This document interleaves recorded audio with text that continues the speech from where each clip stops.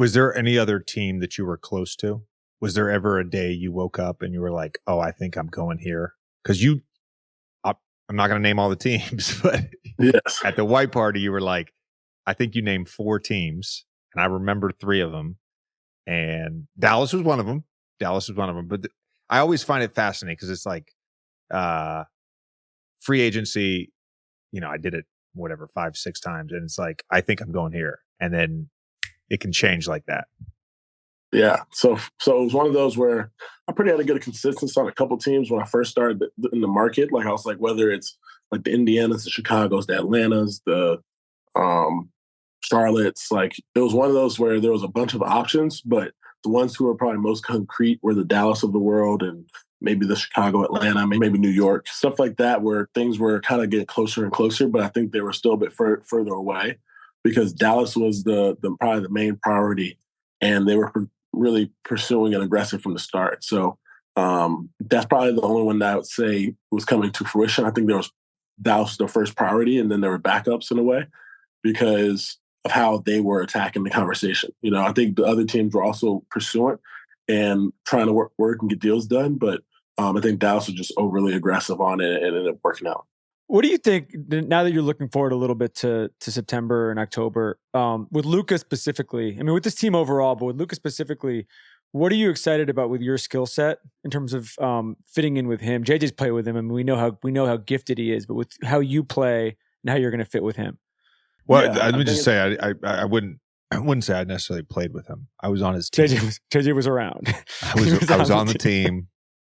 Developed a friendship. Could barely move.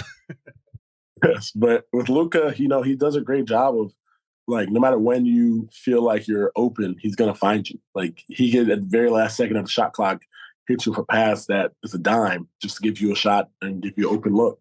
So I'm excited just because he brings so much pressure and attention to himself that he does a good job of getting others involved. And I think that's his growth and his next step is understanding that as much as that happens, he also has to empower others to play their games as well. So I think that's the next stage with him and this group that we have. Kyrie has been in the league long enough that he knows how to make a tough shot, but also knows how to get off the ball. And Luka does a pretty good job of seeing the floor from the start in the beginning. And it's just a matter of he definitely has that like competitive, like I can get this shot off any time, but I'm gonna make sure the other guys get a good look if it's open. And so I'm excited for the really spacing and being able to knock down shots around him, but also being able to crash and create more opportunities. Because I think a little bit difference with two guys that we have in Dallas versus the guys I play with in Boston is that we have a bunch of guys around that are like utility that can do pretty much a lot of it all. Like Tim can score, and you have just Josh Green and guys like that who are more like aggressive downhill that can also make plays at the rim and rebound and offensive rebounding plays. And Dwight Powell is more of like a crashed course dummy who's going to run in there and just smack the ball to half court every 2 seconds.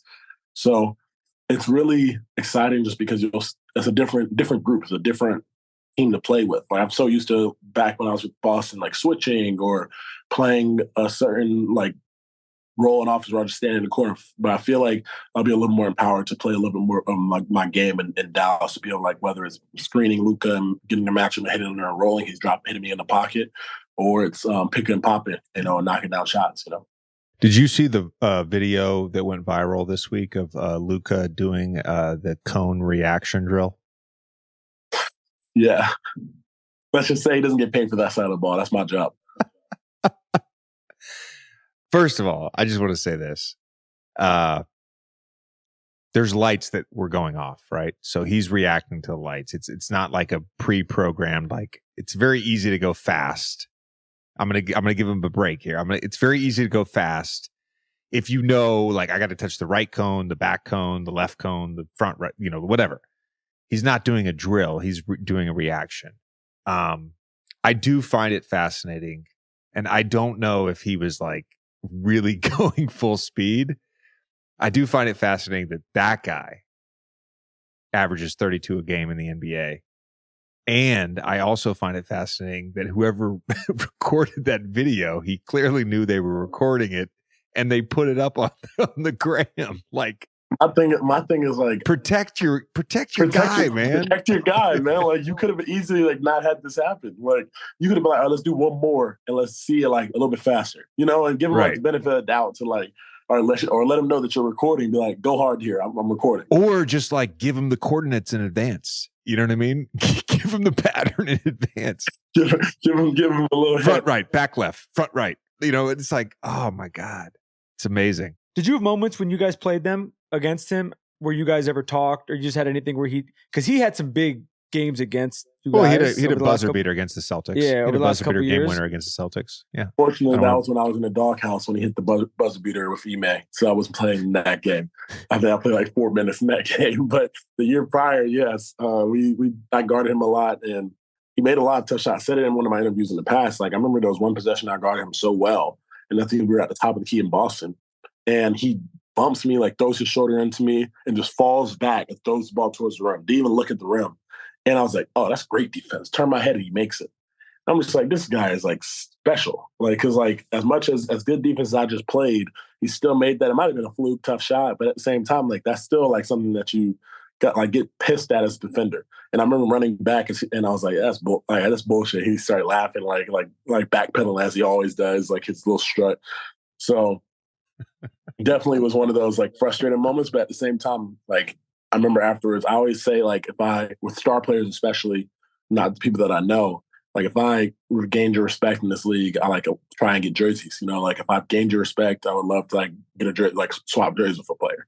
And after that game, I think I got his jersey. So that's why I was like, okay, I got some respect of another star in the league, which is like for me, it's like I feel like empowerment by your peers and saying like that you're good at what you do is more beneficial than anybody else. I just want to say that I've always been someone that has embraced the fact that I am an asshole, and the fact that I can hear you say also that, hey, I'm kind of an asshole. It's like, no, dude, there's nothing wrong with that. Like, like you gotta have some shit to you. It's a backhanded compliment, by the way, when you say to someone, oh, you added that to your game this year? It's called a backhanded compliment. I said that to Bam so much. Like he hit me with like a little shimmy pull. Because like the year prior, guarded him pretty well, and this year, like we've been playing each other since we were like 16. So I'm like, oh, okay, like you keep adding stuff to your game. I like it. Like, oh, that's like you worked on that. You worked on that this summer, and it'd be like, fuck you, shut up, and like just like running down the court. If you see him like when we're walking to the bench, it's like, damn, I thought I gave you a compliment. He's like, man, you. Yeah. Is there anyone on the opposite side who does that to you, who you have to like tip your cap to? Ooh, honestly, a lot of guys like they say like slick one-worded comments to me because like they know like I'm not like the natural talker. Like it's like they like say stuff to like try and like get under my skin or like trying to mess with me while I'm either like preparing or going stuff like, or they'll come out of the halftime and they're in the locker room and be like, oh, you want to make a shot today and stuff like that. Like people will like just say ask like, oh, I remember Chris Paul, when we played Phoenix, I think in my third year or fourth year, he came out of the halftime. He was like, damn, Grant, when did you learn how to shoot?